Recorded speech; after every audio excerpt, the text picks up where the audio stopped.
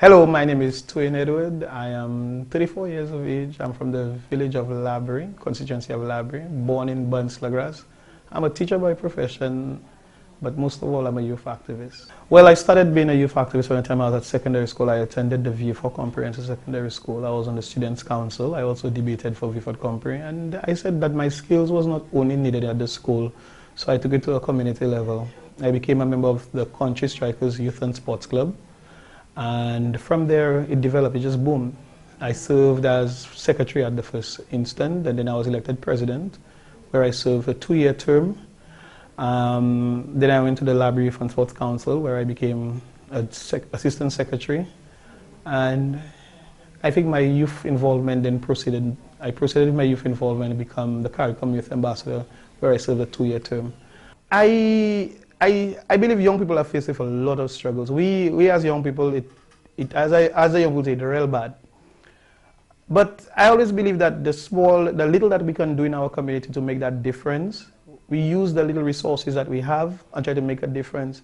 But it is still not enough. There are the bureaucratic structures of government hinders young people from moving on, because to get something done, we have to go through so many procedures, so many protocols, so many, I mean, you name it, and it frustrates you as a young person. So by the time you get what you want, the ideals of society changes for young people every day. Every time something changes. So, for example, a young man wants to start a business in giving internet, you know, charging young person to come on. And by the time he gets his papers and documents ready, that's no longer a focus. So the bureaucratic structure that exists for young persons to succeed in business might be one of the factors. The absence of a youth and sports officer, community development officer in our community also hinders the progress of young people. Most of us, we are volunteers. 15 years teaching, how do I see myself? I still see myself in the community of Labrie working very hard.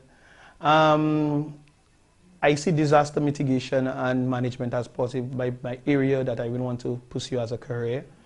In terms of no politics, I don't see myself in politics. If my community says it, then fine, but to see myself into politics, not as really. I would like to work on a community level, get myself involved, not necessarily at the policy level, but the more of implementing and getting things done in my community.